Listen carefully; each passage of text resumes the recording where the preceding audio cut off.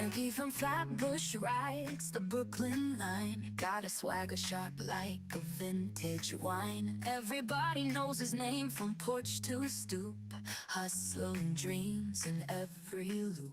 In the park he struts, hits the handball wall. Echoes hear the stories when the shadows fall. Got 1,000 tales and a confident grin. On the streets of Flatbush where legends begin. Frankie from Flatbush got the city glow, lighting up the borough with his every show. He's the heart of Brooklyn, never laying low. Frankie from Flatbush, always on the go. Bodega lights flicker when Frankie's near. He's got the rhythm, everybody cheers. Corner talks and sidewalk chalks his fame. In the Flatbush breeze you'll hear his name. Underneath the subway hum, the magic's real.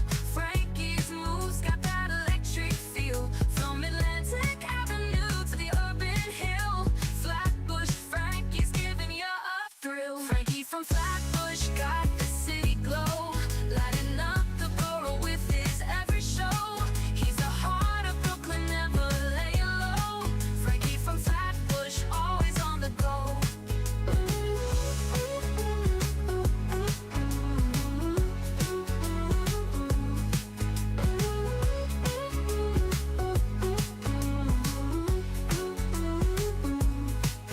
Bodega lights flicker when Frankie's near, lighting up the borough with his every show. He's the heart of Brooklyn, never laying low. Frankie from Flatbush, always on the go.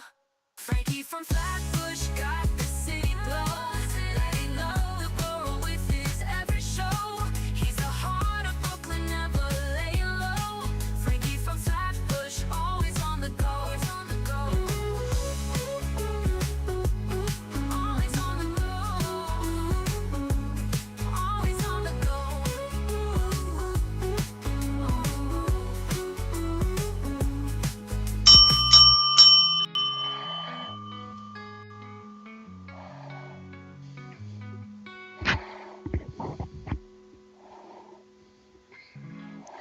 All right, well, it's time for Frankie's Coffee Show. Coffee with Frankie. This is the coffee. I'm the Frankie. Thank you for joining us on an Easter Sunday. Happy Easter to everyone celebrating out there. We got Todd in the chat. We got Harlan Abraham. We got Phil Adams. We got Braden. We got everybody. We got the bell. We got the audio. We got the video. We got it all going on an Easter Sunday.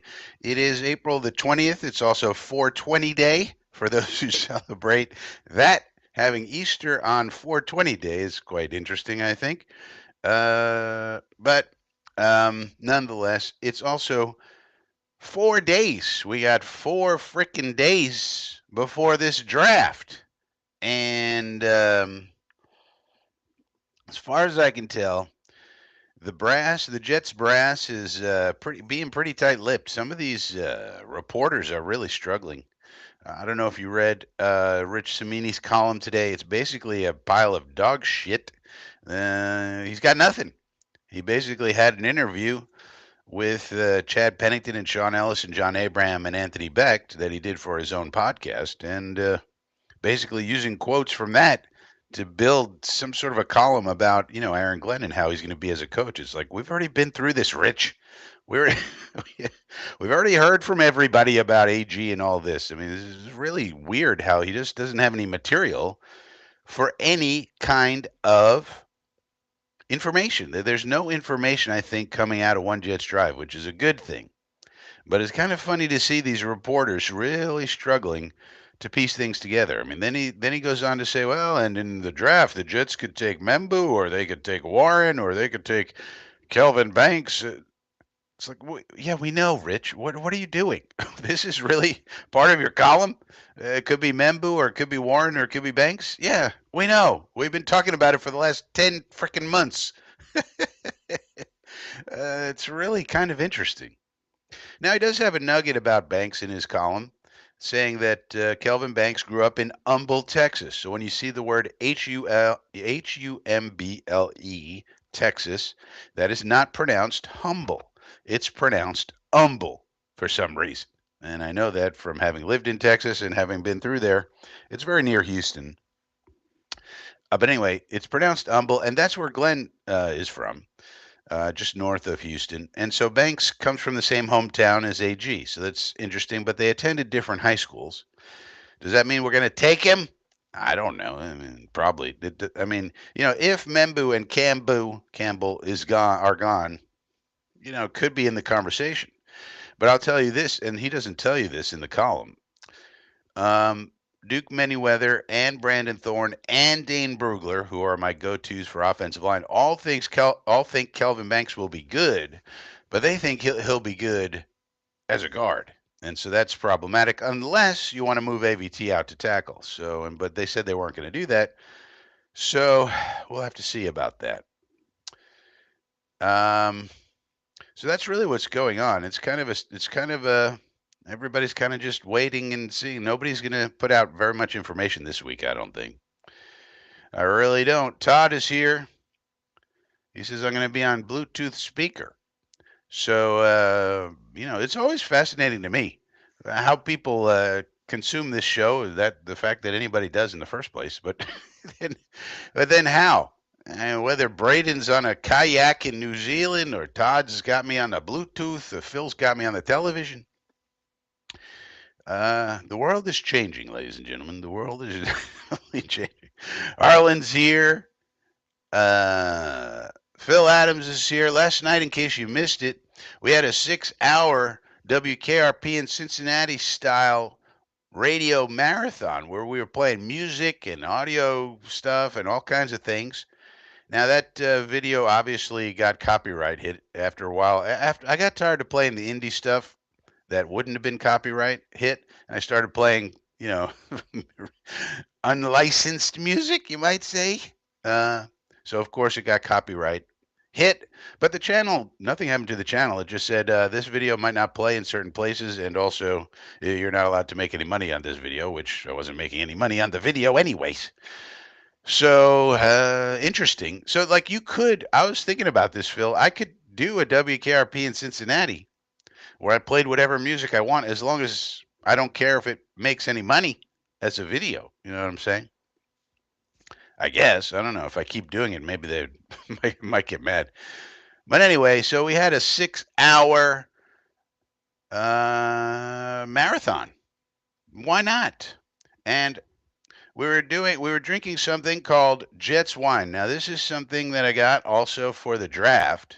So you can see the bottle right here. This is the officially licensed Cabernet Sauvignon for the New York Jets. And we're going to be drinking this on draft night. So we're going to do a live show for the draft on Thursday and Friday, round 1 and round 2 and 3 on Friday. Not going to do one for Saturday, for the other rounds. But because that's going to be a slow night. Everybody takes their 15 minutes between the picks, and sometimes it feels like it's longer than that. So it's going to be a long night, so we're going to need a little vino to get through. So we'll use some Jets wine to do so, and we did some of that yesterday as well.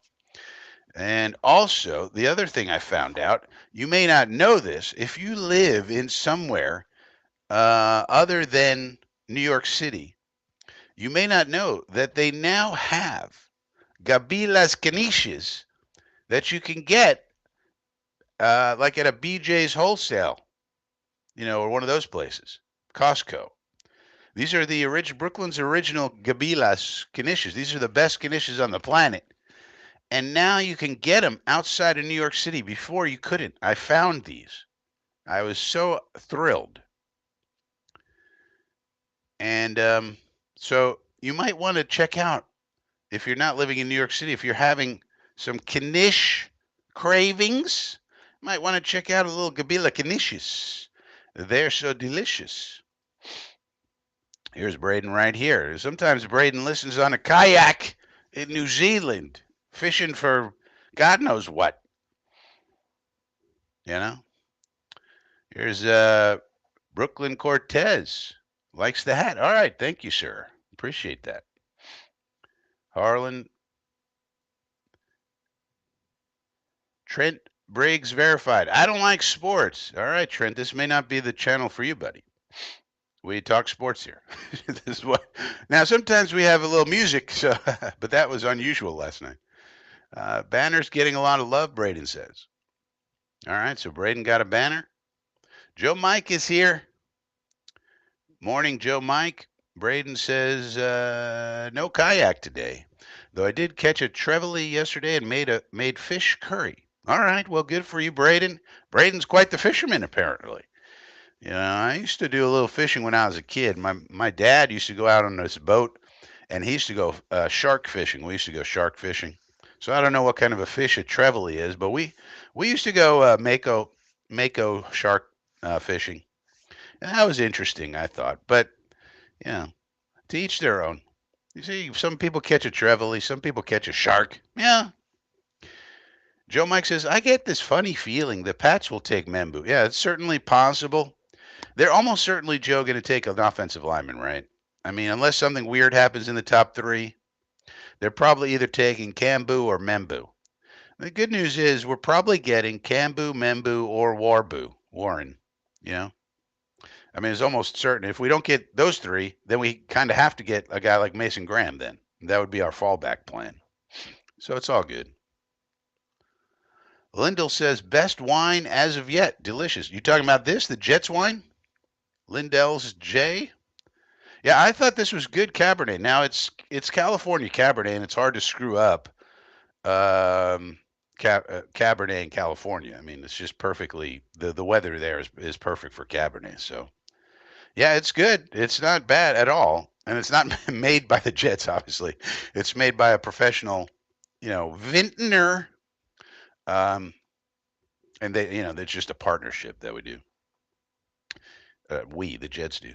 Braden says 6 hours. I'm amazed there's still some left, Frankie. Yeah, well, I had 3 bottles yesterday, Braden. Now I got 1. So that tells you how many we went through yesterday. Brooklyn Cortez says, the best Kadishes. Yeah, right, Gabilas, right? I was so shocked that it's actually Gabilas. I was shocked to find Knishes. Now, those of you who don't know, I used to live in Texas before I moved back to Pittsburgh, and now I'm in Florida. But when I went down to Texas, I was trying to find Knishes for the longest time. They don't have them. Or at that time, they didn't. I finally found some in Houston. But it was like a running joke that I had with people, like, can I get any Knishes here? Like, I had this job where I had to travel around, and I would ask about Knishes. And they had no idea what a Knish was. I was like, you got to be kidding me. And it became like my running joke.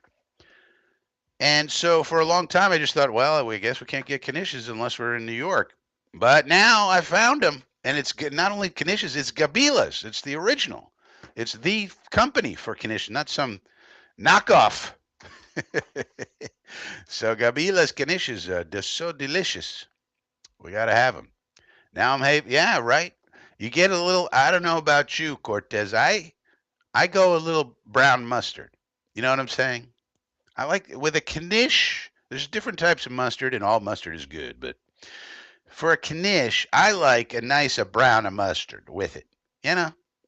Throw a little, I might throw, sometimes if I'm feeling spicy, I'll throw a little salsa, spice it up. But mostly we go brown mustard with a Knish. That's what we do here at the Frankie from Flatbush headquarters. Waiting for a new USA-UK trade deal before Knishes can be imported over here. Well, yeah, first of all, you got to be careful. You got to, tariffs that might get you. But I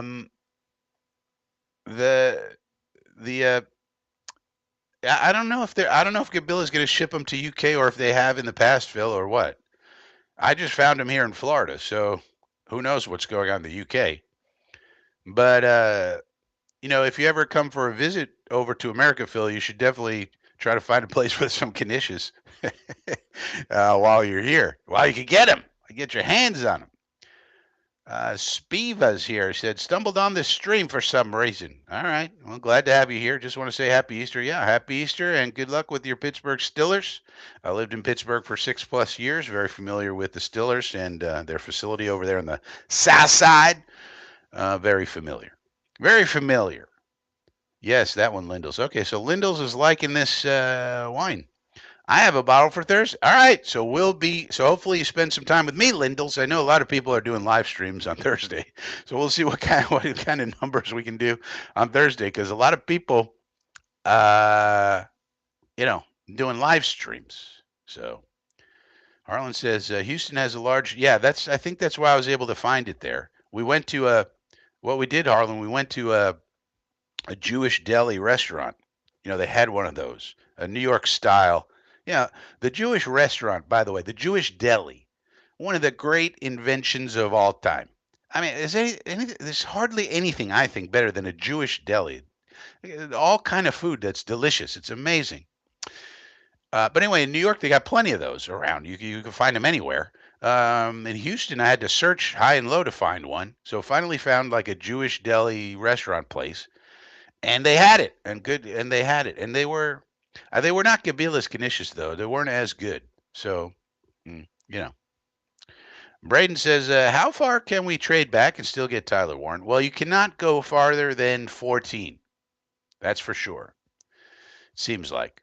So everybody's saying the Colts are desperate for a tight end, and they're going to try to get Warren or Loveland. So if Warren's still on the board, you can't go back farther than 14 because that's where the Colts are picking and expect to get Warren. You cannot because they'll just take him. According to the report, I mean, we don't know, Braden. I'm just going off of the reporting that's been done. They're saying 14 for Warren is the farthest he can fall, pretty much. So now trading back is hard. It's something you do want to do and think about, but there doesn't seem to be a land rush this year for quarterbacks. And usually when people are coming up in the first round and giving you all sorts of stuff, it's because they want that quarterback, which is why we made such an error when we had the second overall pick. At that draft, everybody was hot for these quarterbacks at that time. And we had the number 2 pick, and we could have gotten a king's ransom for the second overall pick. Everybody wanted to come up, but instead we stayed there and traded Darnold and picked Zach, and that turned out to be a very bad decision. But this year is not like that year. That year you had Trevor Lawrence, you had Zach, you had Justin Fields, you had Trey Lance. Remember, Trey Lance went 3rd overall. This is a guy who hasn't done anything in the NFL. And you also had Macaroni Jones go in the first round as well. So there was a land rush for these quarterbacks, and that's how it goes sometimes. But this year, there really isn't. It seems like Tennessee's going to pick Ward. That's done and dusted. And then everybody else, there's a wide variance of opinions on what you like in terms of Shador, Dart, the next one, this one, that one, Shuck, this one. So there's not a consensus, and there doesn't seem to be a land rush to grab a quarterback. So who are you going to trade with? Now, the two situations regarding Aaron Rodgers and Derek Carr are very interesting because, number one, those are the two quarterbacks we were deciding upon when we tried to fix our mistake with Zach Wilson. And so now here they are playing somewhat of a role in what's going on now. And what's going on now is that the Saints don't know what's going on with Derek Carr's shoulder. He might be out for the season. We might get information that, oh no, he's only going to miss training camp and he'll be fine for we don't know. Maybe they know.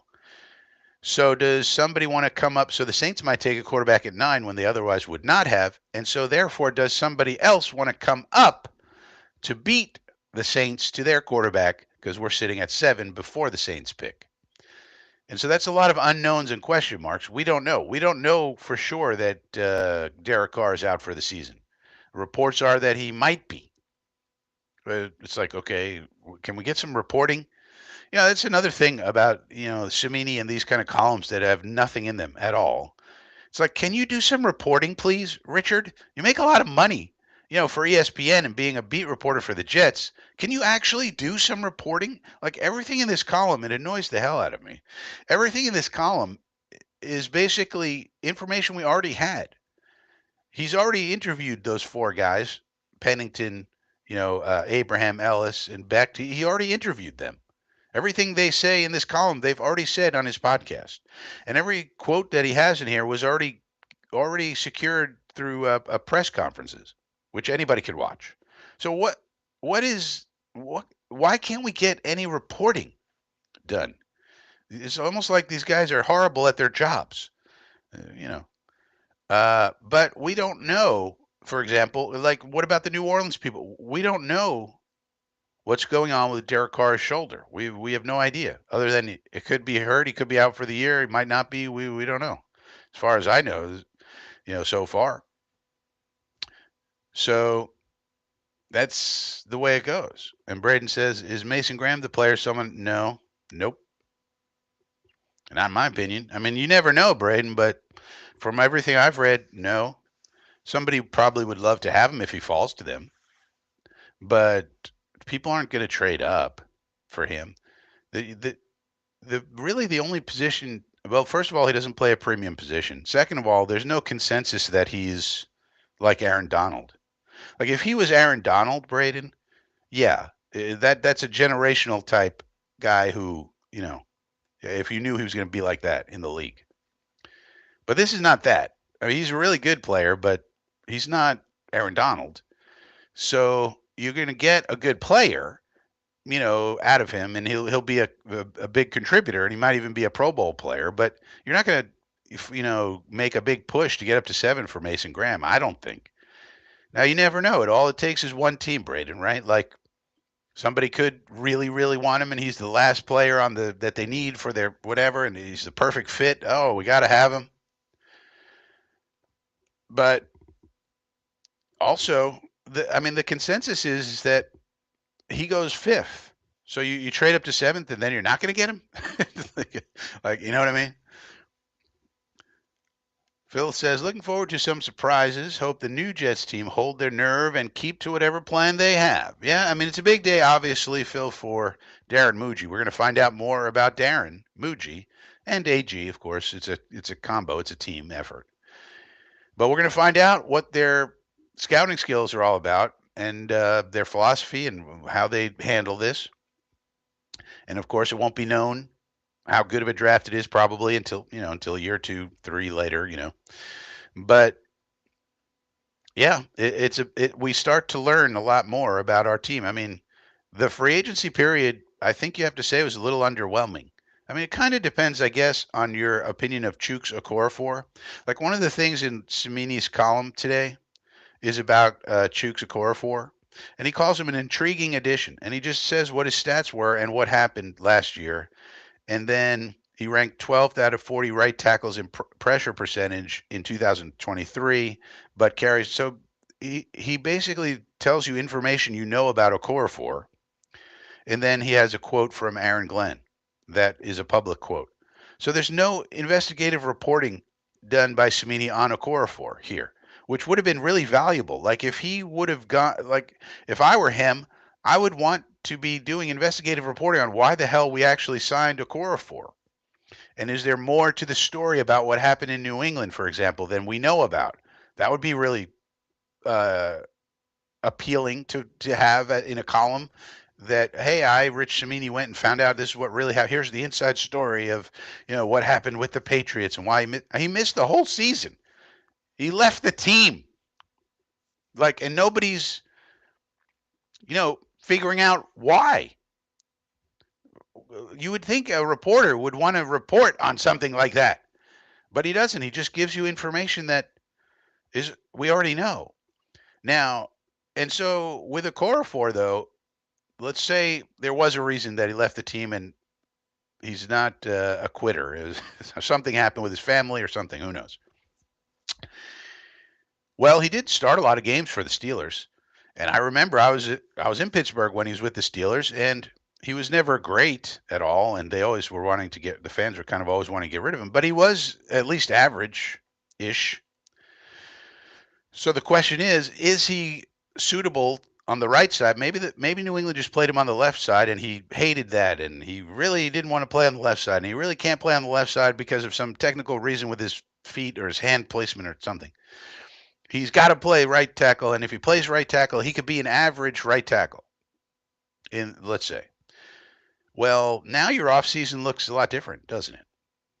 Because now you have your starting line is done. In theory, you could improve upon it if you get a Membu or a Campbell. But now you have a lot more flexibility. But without that, this free agent offseason has been a little underwhelming, in my opinion. I mean, they did some good things. They got Sherwood back. They signed Fields. Stevens is intriguing, though questionable. Cisco's a nice signing, but the defensive tackles were not good signings. None of them. The wide receiver signings were a little underwhelming, although I like Josh Reynolds more than most. So this is sort of the next phase of the offseason for us to determine what are these guys going to be all about, AG and Muji. And so far, it's been a little underwhelming, although not terrible, I guess you could say. And so now here's the next step. And then, of course, after the draft is over, what do we do then? Because then the comp pick formula doesn't play into it anymore. So there's another piece to it as well. And after June 1st, we get more money under the cap, more cap space because of various rules and accounting rules and things. So what do we do after June 1st? Do we add some, do we add Zadarius Smith, for example, after June 1st, for example?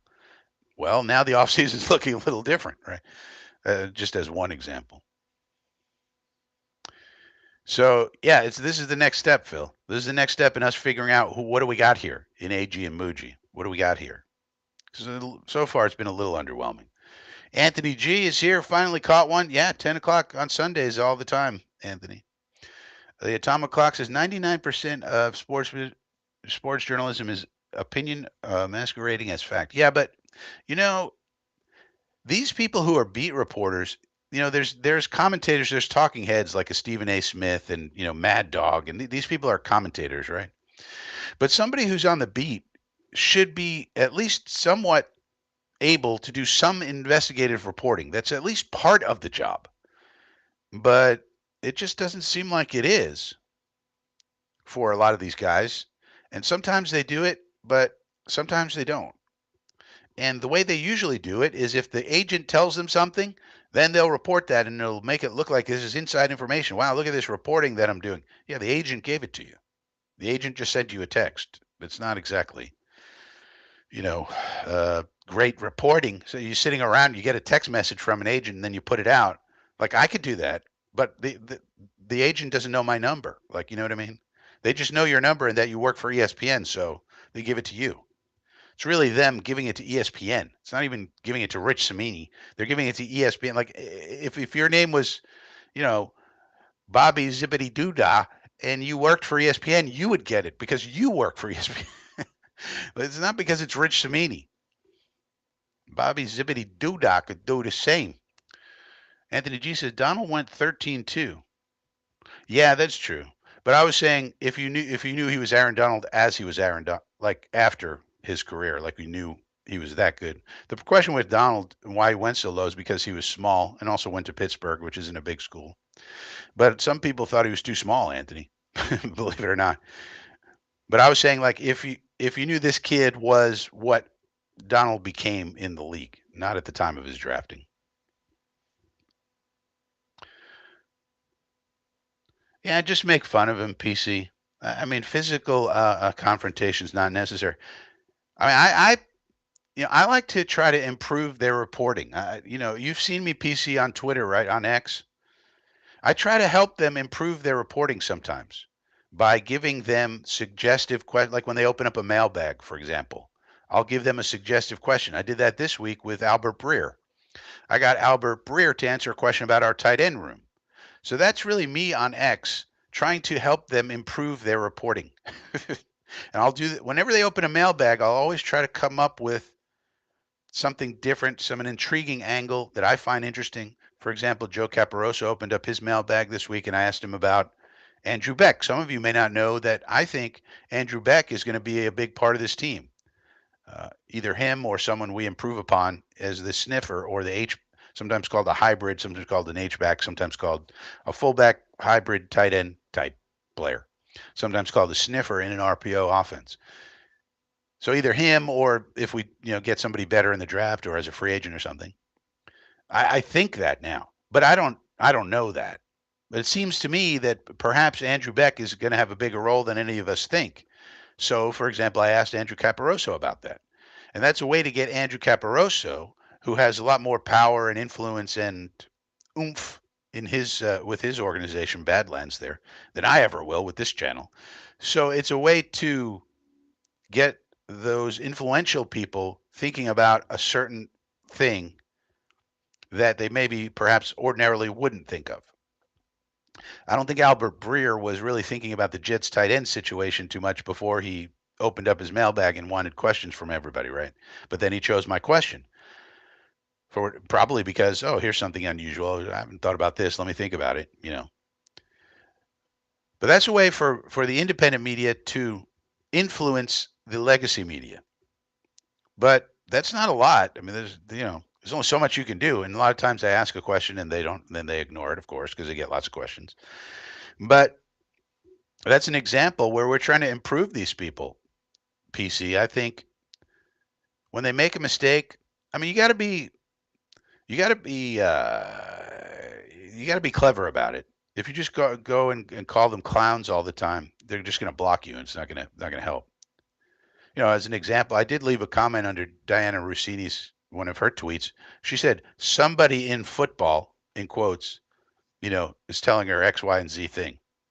That is such a clown reporter move. Somebody in football? What? Pee wee football? High school football? Flag football? Somebody in football? She was using somebody in football was telling her something as a source. Somebody in football. I mean, you can't get worse reporting than that. Somebody in football? What? So I did put a comment under that saying, quoting that and putting a clown face because she is a clown. But you can't really do that too much, you can PC, because eventually they'll just block you or ignore you or mute you, and then you won't be able to see what they post. So you got to be clever about it. You got to try and be helpful, if at all possible, if you can think of a way to do so. And and that's, I mean, it's a sad state of affairs. And then you have the independent media, and you got to piece things together. Like I would say, a guy that's worth listening to almost always is Connor Rogers. He's on Badlands and he's on NBC and a bunch of other places. Like he's a good one. You got to, like I'll tell you, Josina Anderson, for example, she writes very cryptically on X, but her information is almost always accurate. 100%. I don't want to say 100%, but so like when Josina says something definitive, you can believe in that. And actually, she actually does some investigative reporting more than some of these other bums, to be honest with you. She's one of the better ones. So you got to know who's good and what they're good for doing. Like for example, Connor Country Club Connor Hughes is good as a mouthpiece for the Jets. A lot of times he's the mouthpiece for the Jets.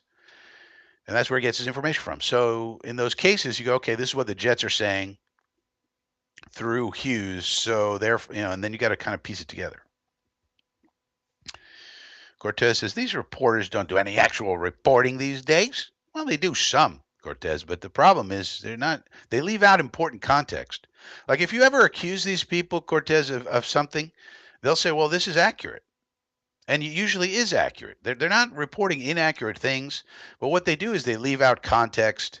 They shade things. They use certain words. They shape a narrative, and then the main thing they do is they leave out important context. That's one of their big things they do.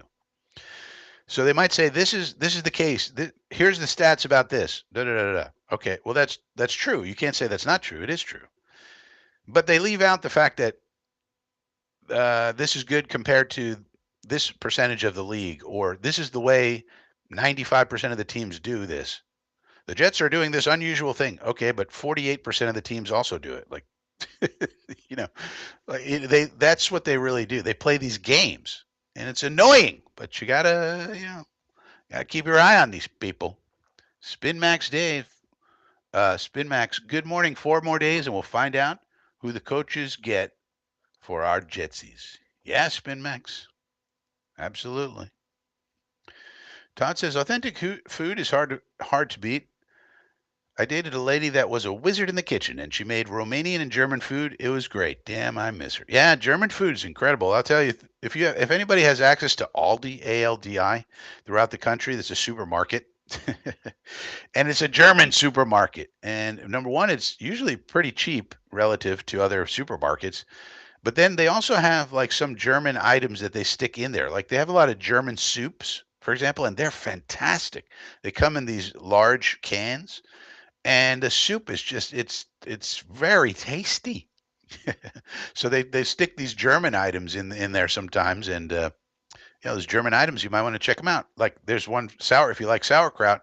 If you're gonna get sauerkraut, you might as well get German sauerkraut, right? And they have German sauerkraut in there. So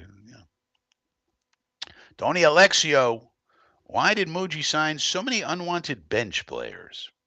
Well, we're going to find out, Tony, what the situation is now. The tomato cans on defensive tackle that we hired, we didn't pay them much. So one out of the three might make the team, or two out of the three. Like Tufele is probably not making the team, Tony, let's be honest. The other two might make the team, but what is going to be their role? And it depends on how good LT3 is. It depends on who we draft. For example, if we drafted Mason Graham and uh, LT3 turns out to be, makes a jump and improves, now we got three really good defensive tackles. And then, Noddy or Cowart, whichever one plays better, that's your fourth defensive tackle. All right. Now that looks pretty decent. And Tufele's not going to make the team. What's his name's not going to make the team. The edge that we signed, Rashad Weaver. You have to fill out the 90-man roster, Tony. I mean, let's be honest. And you don't want to and they didn't go in for certain high-priced guys. Now, as you have been listening to me, you know that I was disappointed that we didn't, for example, sign a guy like Levi Onwuzurike, who's a defensive tackle for the Lions. He went 1 year, $5 million. We could have beat that offer easy, and he would have had to take our offer because if we put more guaranteed money in it, guys like that, they have to go where the money is. He might not want it to go here, but if we beat that offer that he got and gave him a significant amount of guaranteed millions, he would pretty much have to take the deal because even if he didn't really, and now he played for Glenn also, so there's that tie. But let's say he didn't want to come to New York. He hates New York. He hates New Jersey. He doesn't want to go to the Jets. But at the same time, these guys can have very short careers if they get injured, and the injury rates are very high in the NFL. So we could have had him. So that's one I didn't get. I didn't understand why we didn't. I don't understand why we didn't sign Tyler Conklin for the money he got for the Chargers. I don't understand that. I don't understand even after that happened. I don't understand why we didn't sign a guy like Mo Alley Cox. He only got $2.2 million to go back to the Colts. We could have very easily beat that deal. So I don't understand some of the moves, Tony. I've been saying it all along. I'll call balls and strikes as we move forward. Of course, I root for whatever moves we do make to be the right ones. But I call balls and strikes as I see them in the moment, and happy to be wrong. Maybe Derek Notty's going to find a time machine and go back 4 years when he was actually good, and then come back and play like that. Okay, great. But it's kind of it's hard to imagine that's going to happen. It's hard to invent a time machine. Just look at Back to the Future. If Shador falls, I say we take him, no question. Now, we're not taking. My theory, Cortez, is now we'll see. This is my theory. We don't know. My theory for this year is I think the regime is punting on quarterback altogether this year. I think they want to give Justin Fields a chance, a real chance, and see if he could develop into the franchise quarterback that a lot of people believe he can develop into. So I think we're punting on quarterback. And one of the reasons I believe that is because of what we we're just talking about in free agency. If we had loaded up in free agency and signed a bunch of, let's say, higher quality players all around the roster, then you might say, all right, now it's time to get the young quarterback behind Fields and et cetera, et cetera. But the way they've pursued free agency means it seems like they want to use their draft picks on everything but quarterback. So the opportunity cost of taking Shador at 7 is now you don't get one of the really high quality offensive linemen or the high quality tight end that you want, or the defensive tackle. So that's my theory. We'll see what they do. We've heard absolutely no smoke at all about the quarterbacks and the Jets. Really, well, not. I mean, just some reporters are flirting with the idea, but for the most part, the people who you expect to know really aren't even saying anything about these core. I mean, don't you think Rich Cimini would have preferred to write a column today about the Jets are really considering Shador? Like that would have been juicier, right? From his point of view. if we really were considering Shador and there was any uh, inclinations, any tea leaves that he could read that would be the case, he would have wrote it today because that would have been a perfect column for him to write. Jets exclusive, exclusive, exclusive, exclusive. Jets considering Shador at 7 if he falls. Like this would have been a perfect headline for him, and everybody would have clicked it. Be like, what? Let me go read about this. But he didn't. He wrote a terrible column about garbage with nothing new in here at all. So then, I mean, anything could happen. But my idea is, it seems to me, from everything that's been said and done so far, seems to me we are doing what I call fields maxing. People have heard of looks maxing and other kind of maxing. I think what we're doing is fields maxing this year. We're trying to maximize the talent and the production of Justin Fields so he could perhaps be our franchise quarterback. I believe that's the plan. Whether that plan works or not, I don't know. But I think they're giving it a year and seeing if they can make it work. And then if it fails, then go in next year for one of those young quarterbacks that come out next year. That's my theory. We'll see what they do. Wouldn't be the worst thing in the world to take Shador at 7. But that's my working theory, Cortez, right now. From all I can see and all that's been said and done, seems that way to me. But we won't really know until until Thursday. And guess what? We'll all experience it together. And if it's Shador at 7, there will be a lot of conversation and excitement and histrionics and bells being rung and so forth and so on. Indy Jets, any news outlet never does a good job. Well, I don't think they're lazy, Indy. I think they have they're given their orders. You know what I mean? They're given their marching orders of how to proceed, how to bring in clickbait, it's all about clickbait and getting people to click over to their content. And for that, they generally do a good job. Although this column by Samini is one of the worst I've ever seen. Even in terms of clickbait, there's nothing here. I had to force myself to click on it. I was like, I don't really want to read this, but all right, I'll check it out just in case. Braden, if we can't trade back, I want Membu. Yeah, I think Aussie's too tall. Yeah, the problem with Aussie is he's like one of the people who's going to be left in round 2. If you don't get your offensive tackle in round 1, there's in my opinion there's going to be a run on them at the back end of the first round. So you're going to be left with somebody like Aussie, who's a big dude, and he does have some talent, and he might be good, but he is very, very tall. Now, some tackles who are very tall, Braden, work. I mean, there are some. There certainly are, and you even see some really big dudes moving into guard, like Mackay, and the Ravens moved Falele into guard. So you're seeing these big dudes now play guard too. So, just because he's that tall doesn't mean he's not going to be good. But, he's projected. The thing about Aussie is like he's projected as like a third rounder. But because of the position scarcity and because there's going to be a run on them, I think he's going to go in the second round. And so if you leave the first round without getting your guy a tackle, if that's what you want, then you're not going to be able to get a Josh Connerly or Simmons or that type of guy. They're going to be gone, in my opinion, because everybody. If you hear about the quotes around the league, every fan base goes, "We got to improve our offensive line." Pretty much every fan base. We got to improve our offensive line. We need a tackle. We need a guard. And there's not a lot of centers and guards in this draft. Tyler Booker is a first round guard, but that's about it as far as like first rounders.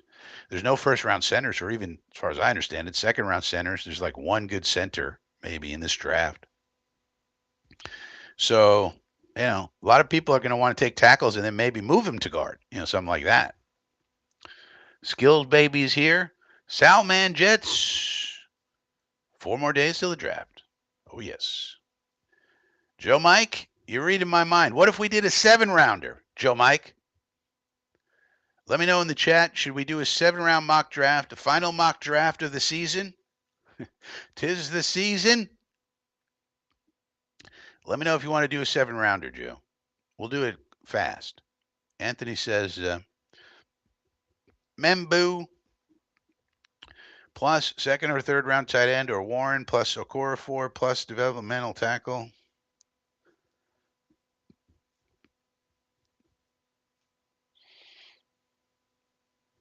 Well, this is the thing about Okorafor. Now, they signed him for the vet minimum. So I think they looked at it and said, well, we could get this guy for a vet minimum. And as a worst case scenario, if he's your starter, he's done that for a few years with Pittsburgh. Now, he wasn't great. He was average to below average, but you're paying him the vet minimum, which also tells you, and if you want to cut him, it's no problem. I think he got like 750,000 guaranteed, which is nothing. So if you want to cut him and he's a problem, it's no problem. But if you start him, this is probably the thinking. If we need to start him, if we can't get anybody better, if Warren and Mitchell don't beat him out in training camp, and we don't have anybody else because we didn't draft him or sign him, which is hard to believe, but let's say this is a worst case scenario. We just couldn't get it. There was a run. We couldn't get it. We decided on Warren. Every time we wanted to tackle, there was a run on them, and there was no value. So we wind up, and we're in camp with Okorafor and Mitchell and Warren and a bunch of P squad guys. And they're probably thinking, okay, that's a worst case scenario. Worst case. And we're paying a guy vet minimum, and he's going to start. Let's say he wins the job. He'll start for us, and he's done that. He has 60 career starts, 6-0. Now, again, he wasn't great, but he's done it, and he was average to below average. And if you think about it, if you put Warren next to him, and maybe we get a Jackson Hawes or somebody like that later in the draft, a real sort of inline, tight end who's a bulldog in the blocking scheme, and maybe you just put him next to Okorafor a lot, and try to help him that way. So I think that's what they're thinking, Anthony. They're just thinking, look, we get this guy for cheap. A worst case scenario, he could start for us for cheap. It's hard to get a starting tackle for vet minimum. That doesn't happen much. So PC says he sees me on X. I just like to. Oh, yeah. Skills says we're going to be a running team for sure. Yep. All right. So let me know if you guys want to do a 7-round mock. I'm going through these comments here. Tony says, what about the Adrian Martinez package? Well, we don't know, Tony, what's going to happen with these two. Basically, they're going to come into camp. They're going to compete. Hopefully, Travis gets on the field, and they're going to compete. And we'll probably sign a quarterback. I do think we'll sign a UDFA quarterback, and the three of them will come in and compete, and we'll see what happens.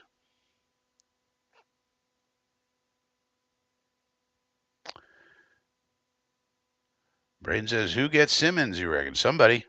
The Chiefs could use a tackle. A lot of teams back there could use a tackle. The 49ers, I think they're picking at 11 or so. They need a tackle. A lot of teams need these tackles.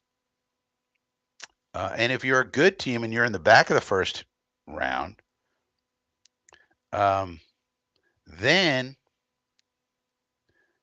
you have to take your guy because you're not picking again until late second round. So you're not going to wait around, and you're not going to want to trade back and trade out unless you're like the Eagles or something. You're making a minor trade to go back a few spots into the second round, and you're getting compensated for that. But otherwise, a lot of these teams, they do need more offensive line. I mean, the Chiefs, for example, they let Joe Tooney go. They signed Trey Smith, and they're going to work him out for a long-term deal. But they got problems on the offensive line, and they're a Super Bowl team. I mean, they're the Chiefs, and they got problems on the offensive line. They're probably taking O-line 1 and 2, in this draft, probably. So all those teams like that, those teams still have problems on the offensive line, even when they're good. Cortez, yeah, we're going live. We're going live on Thursday, 7 p.m., and then we're going live on Friday, 8 p.m. So we're going to do the first round. We'll be drinking our Jets wine right here, officially licensed Jets Cabernet Sauvignon. So we'll be drinking a little Jets wine, maybe having a Knish, or two. So we'll be going live for the draft for sure on Thursday and Friday night, first 3 rounds, see how it goes. So Joe Mike is in favor of doing a mock. All right. Braden says, yeah. Sun Moon Rises here. How much of a mistake for the Jets if they pick Junty? Well, I don't think he's going to be available, so I don't think we have to worry about that. Junty's going to be really good. Problem is we got a lot of other problems. You got to block for these people. We need blockers. We need people who can block. Sluggos here. Happy Resurrection Day. Yes, happy Easter to everybody. He is risen. Happy Easter, everybody.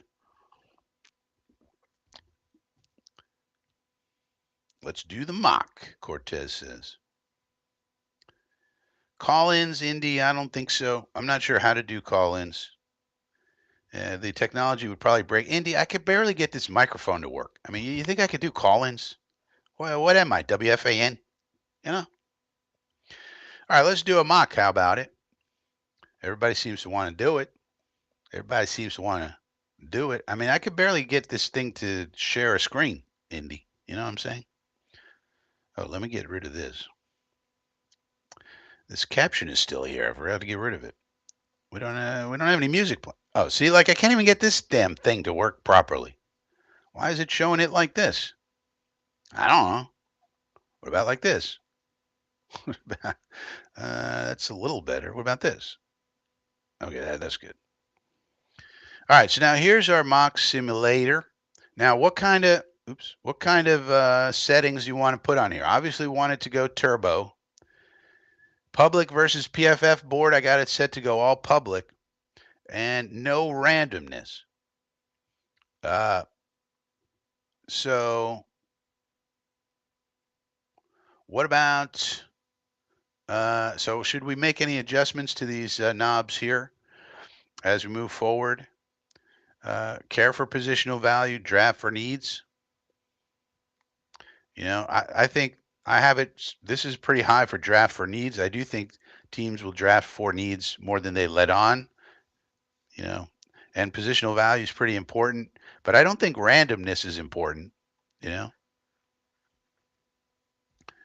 So let me know if you think we should change any of these settings before we go into our 7-round mock. Now, some of the guys in the back end, I'm not going to know who the hell they are, let's be honest. But let's keep track of our picks here. I'm just make a note. Oh, this is out of juice. All right, guess we'll have to use a regular old notebook, paper one. We'll just use a piece of paper, keep track. We'll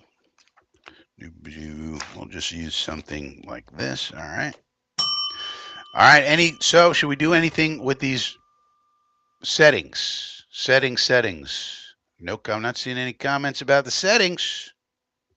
If not, we're going to enter the draft room here.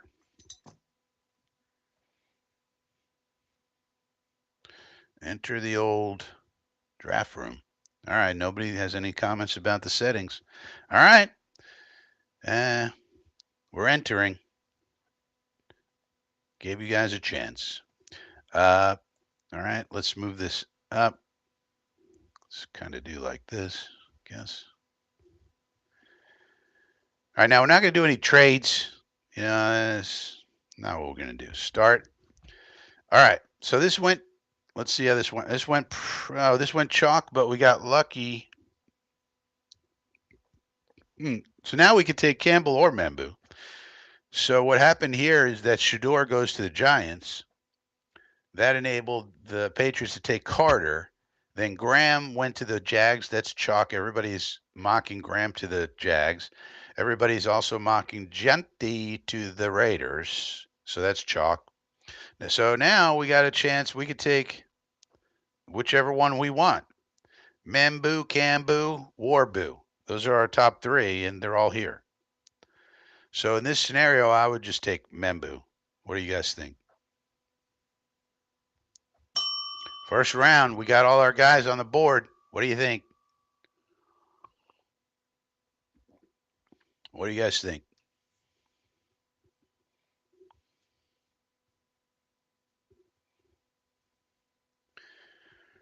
Not seeing any comments.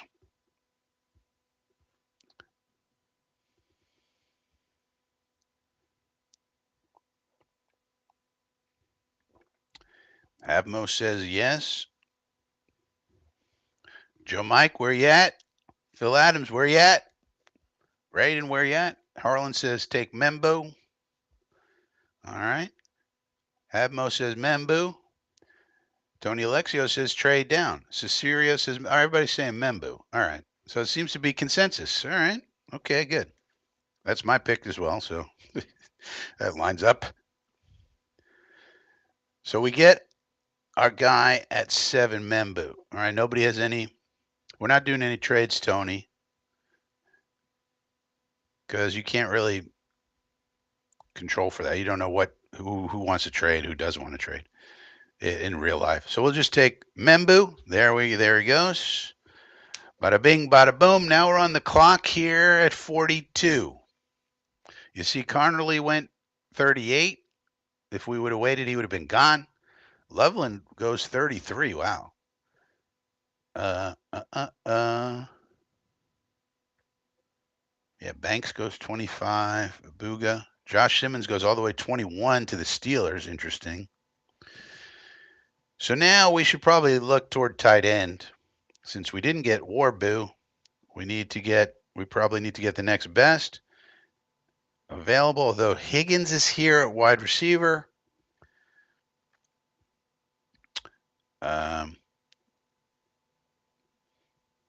Arroyos, it looks like we can't get Mason Taylor. That would be the pick here for tight end. So the question is, do we get our interior defensive lineman, which we could do with Omar Norman Lott? He came in for a visit with us. His ranked is 27th, but his ADP is 51. So we're at 42 right now. We get a safety, hard-hitting safety, Kevin Winston, Penn State. We could get Jaden Higgins. We kind of need a wide receiver. We could also get Xavier Watts, the ball-hawking safety. A lot of people saying Higgins. Warren's not here. Why are you guys saying Warren?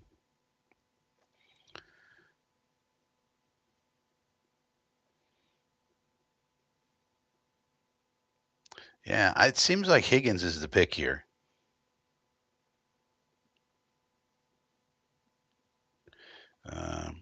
Just look at tight end. Oh, Mason Taylor is here. Mason Taylor is 76th.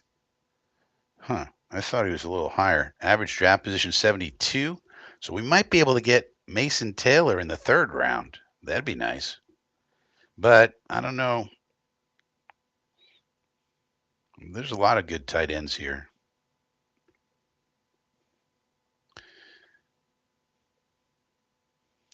I'm tempted to get Norman Lott. Yeah, I think we need Higgins. There's a lot of people saying Higgins. Need the stud tight end. Arroyo, Higgins. Garrett will like Higgins. Higgins is also from Iowa State. This will be our 4th Iowa State player that we have on the roster. But we also hired a player development guy from Iowa State, if you saw my video about that. Higgins. All right, I think Higgins is a consensus, and I like Higgins, so let's go Higgins. Higgy it is. Higgins, wide receiver. Let's see what's available to us for the next pick. Be great if we could get Mason Taylor in the 3rd round. That'd be fantastic. All right, now here we are at 73. Alfred Callins goes right before us. Oh, man. A lot of defensive interior right before we pick, which we also need desperately. Lott also lasted to the 3rd round. Jalen Milroe goes off the board.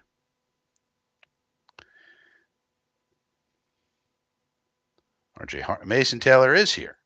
So you want to take Mason Taylor here? I think he's going to be the highest rated tight end available. So now our offense isn't looking too, yeah, he's the highest rated one. And, that's right around his average draft position. So it's not a reach or anything. Terrence Ferguson's a lot of these tight ends are good. We're going to maybe get a second one like Jackson Hawes later.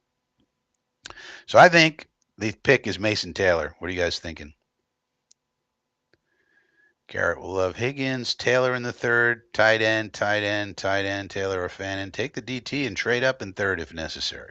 Taylor in third. Taylor, no brainer. Yep, Taylor it is. All right, we're getting Mason Taylor. Man, this draft is looking good now. If this went this way, we'd be very happy with Darren Muji. Let's draft Jason Mason Taylor. That's the son of Jason Taylor, you know. Now 110. Now we got to get our defensive interior now, right? We can't wait. A lot of the guys went.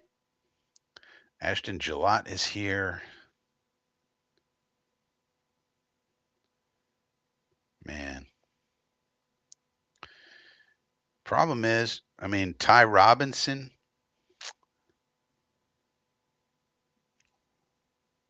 JJ Pegues.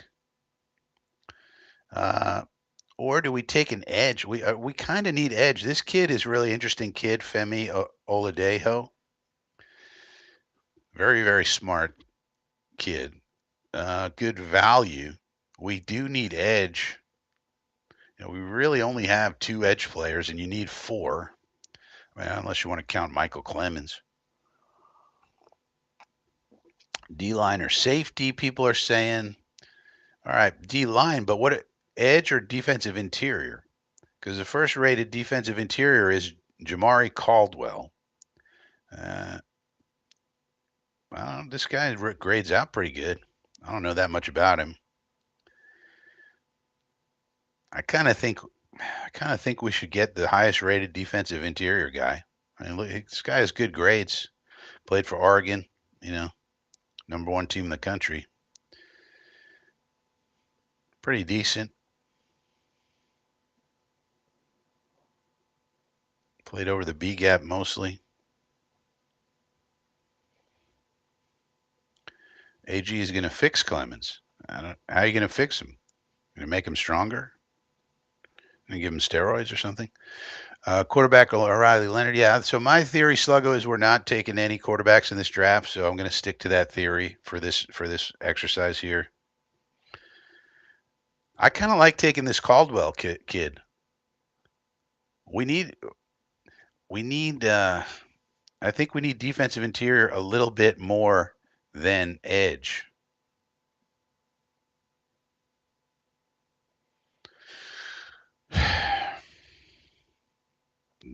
Well, I'm going to take Caldwell. You guys are saying, some of you are saying Caldwell. Yes. Can he tackle run? We need defensive tackle. Look him up. Yes. Charles says. AG is going to fix Clemens. Safety. Yeah, we can get a safety fill later. All right, I'm taking Caldwell. Caldwell. There's our DT.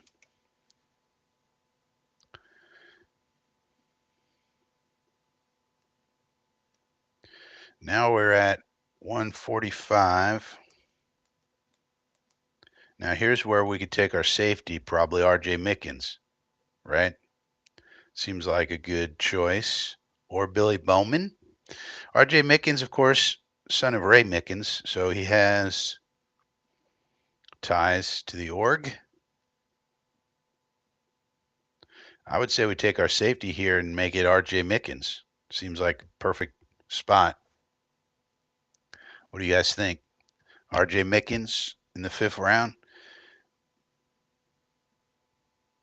Clemson.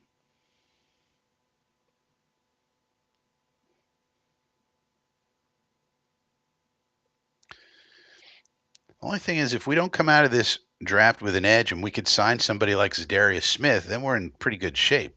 I just don't know if we can do that. He's going to have other suitors. Caldwell, 332 pounds, so that's good. Yeah, we need a run stuffer. Mickens says Cortez. All right, you guys I like Mickens, and then I'm liking this draft a lot. But edge was a better value. Yeah, slightly.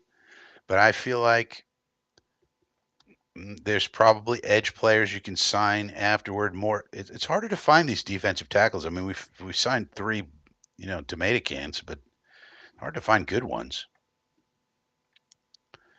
It's a tough position to play. Mickens in this spot, yes. All right, everybody seems to say Mickens. Mickens it is. There's our safety, Phil Adams.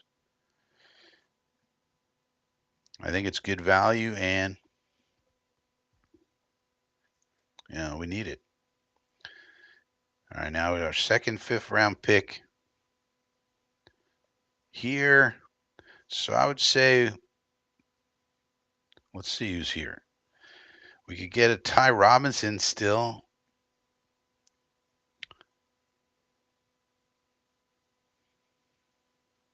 Tim Smith. I have a feeling Tim Smith is going to be on our team for some reason. Jackson Hawes is here. Do we want to wait? Now, I'm huge on Jackson Hawes. His ADP is 167. We're at 162 here.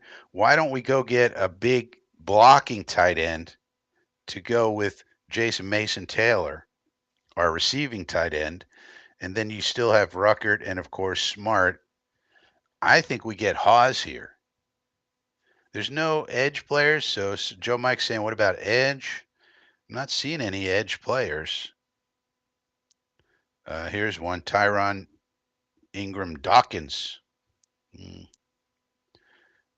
don't know. It doesn't seem that exciting. At this point in the draft, I think you're looking for a guy who could do something for you. Like Jackson Hawes isn't going to light the world on fire, but he could block his butt off. And so in the fifth round, you're looking for somebody who can fulfill a role. And that role is blocking. Although, you know what I mean? I love this kid. I mean, he's not going to, catch a million passes, but he can do something for you. Braden says, I'm not big on Haas. Well, you must not be big on blocking. We could go safety. Justin Simmons, he's always out there for some reason. Micken, decent value again. Don't the Jets need a cornerback? No. Why would we need a cornerback, Harlan? If you take tight end, you must be block first with okay catch. Yeah, that's what Jackson Hawes is. He blocks. That's his forte. So basically be our Matthew Wright, if you think about the Detroit Lions, how they use number 89, Matthew Wright. He's a very important player. He blocks, and then you forget about him because he's blocking all the time when he's in the game, right? And then they leak him out. Remember that play? They leak him out, and you're like, who is this guy? And he's wide open because people are not used to him being going out for a pass, and then you throw one to him, and he beats you in the fourth quarter. That's what the Lions did to us. Remember that game? That's the role that I would envision for Jackson Hawes. That's the role. Thankless role. What about another wide receiver? No, I don't see a wide receiver. I actually think Malachi Corley is going to play a role for this team. I think we're actually going to use Malachi Corley. So with the one we got one in the second round, Braden. And then what we got in the room is Garrett Wilson. And Josh Reynolds is going to play a big role for us, whether people know how good he is or not. He is. And then you got Corley. And I think Corley's going to play a role, not a big role, but a role for us this year. I think we need our tight end room is thin. We did not take a defensive end, Harlan. So I think that's the argument here is, do you want somebody like Jackson Hawes or a Jake Brenningstole? Nah, give me Hawes. Or this guy, Tyron Ingram Dawkins from Georgia. But he doesn't grade out very well. He seems like kind of a meh guy. I don't know. I mean, that would be the argument, though. We really need an edge player because, JJ's coming off of injury and Spinny McWhinney. He's got to get better against the run. And then you got Michael Clemens and a couple of UDFAs, and that's pretty thin there. Corley. Yeah, I mean, I think this team is going to be is going to look and say, well, Corley's an underutilized asset. All right, so I'm just going to take, where's he at? Hawes. Take my guy. This is one of my guys in the draft, I got to say. So I'm a little biased. I like people who block the hell out of you and are happy to knock your face in the fucking dirt. That's my type of player. I want somebody who's a killer. You know what I mean? Now we could get Ty Robinson still here. We're at 186 now. Can we get any kind of edge player here? No, it doesn't seem like it. They all gone. So do we want to go? What do we want to do here? It's almost like we should probably take another defensive interior. Tyler Shuck is still here somehow. He's not going to be here. That's ridiculous. Oh, Jalen Reed is here. Why don't we take another safety? This is a perfect time to take a safety because they can play special teams for you. And don't forget, Cisco's on a 1-year deal. Yeah, I think we take Jalen Reed right here. We had him in for a visit, right? We take Reed.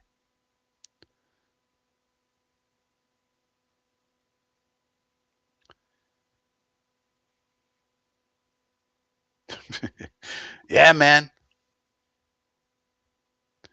Braden says linebacker. Well, it's not a bad thought, but there doesn't seem to be much value, and we don't use linebackers that much. Remember, we usually have 2 linebackers on the field at a time, and we have 2 good ones and then a bunch of backups. So even in our 4-3 base, we're usually a nickel. We play 75% nickel. Don't forget. So Michael Carter III is a very, very important player for us. So hopefully he's healthy this year, Michael Carter. Reed would work, yeah. All right, so I'm going Jalen. So this is a great draft. Sorry. Why can't it be this simple? Is that it? Oh no, we got another pick. Jeez.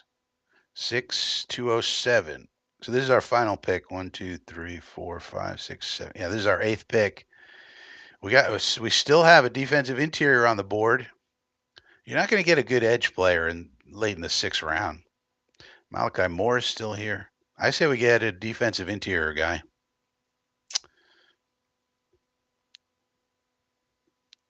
Unless we want to get a guy like Drew Kendall, center, maybe like a developmental interior offensive lineman. Dean Clark is someone that we had in for a visit. Still here. Jake Majors, the center from Texas. Maybe we want to take a shot on a Texas guy. Miles Frazier is here. Actually, I think Miles Frazier is the pick. We need some backup people on this line. Luke Lachey is here. I think the pick is Miles Frazier, LSU, guard. We need some backup fatties. Or Drew Kendall. But Miles Frazier is a name that I've heard mentioned by people. I haven't. Oh, Andrew Armstrong is here. I heard Connor Rogers talking up Andrew Armstrong yesterday. Or do we take a chance on a Ty Robinson, Cameron Jackson? Kicker? We don't need a kicker. We'll just sign one. The data will tell you there's no difference between drafting a kicker and just signing some guy who does good. So I think we got to take Miles Frazier. I've heard his name kicked around. Jimmy Horn is here? What? He's not going to be available. But Miles Frazier might be available. So let's just take a backup guard. Guard center type. You need him. Can't have too many good offensive linemen. That's a pretty good draft. Sorry, that's a pretty good draft. We did good. This says I should have drafted Kevin Winston Jr. I don't think so. We got a B+.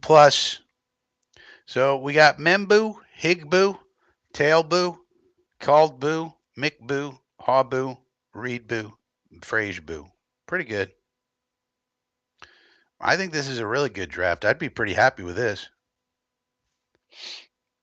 We got a couple of safeties who might become our starters down the road. We got a backup offensive lineman that you hope might develop into something. We got a blocking tight end, one of my guys, Jackson Hawes.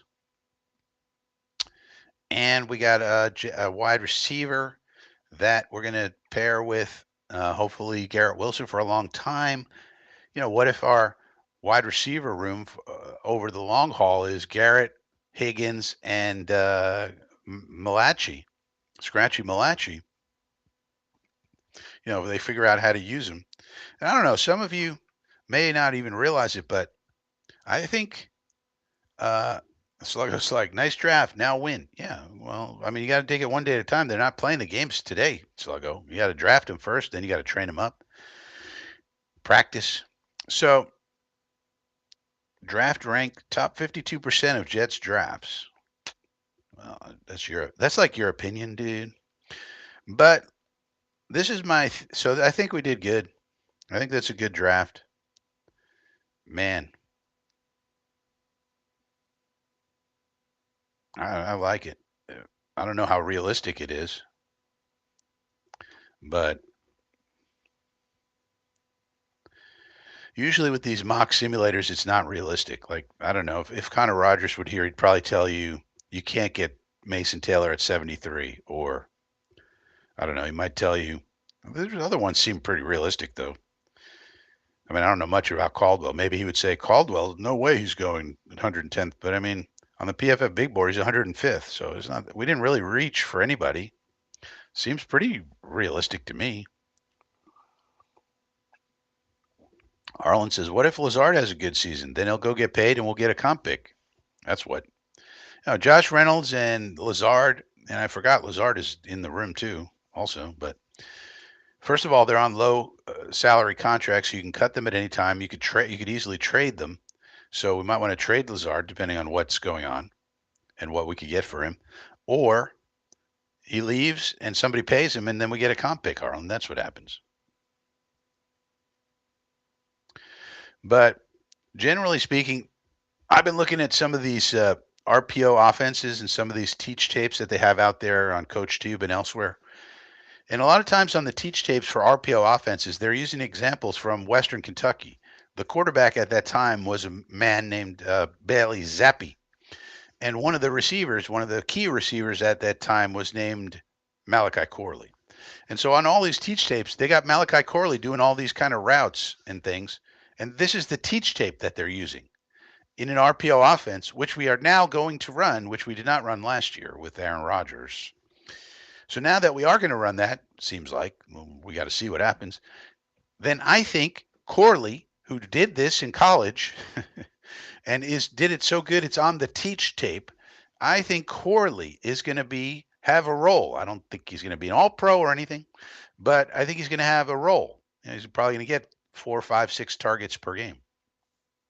So that makes me think the wide receiver room isn't as bare as people think. Then if we pick up a kid like Higgins, like we just did, and we also still have Lazard to come in and block at the very least. And people forget that we got Tyler Johnson, so maybe he could play some kind of role. So I don't think it's as bad off as we think. Then when you bolster up the tackle position with Membu and the tight end room with Taylor and Hawes, I mean, now the offense is looking pretty good. Pretty good. So maybe this is what Muji has in mind. He thinks he could pull off a draft like this. We'll see. The best laid plans of mice and men, as they say.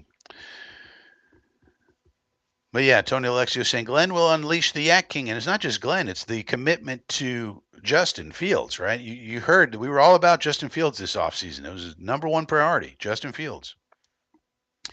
And what type of offense does Justin Fields run best? RPO. So I would assume that's what we're going to do.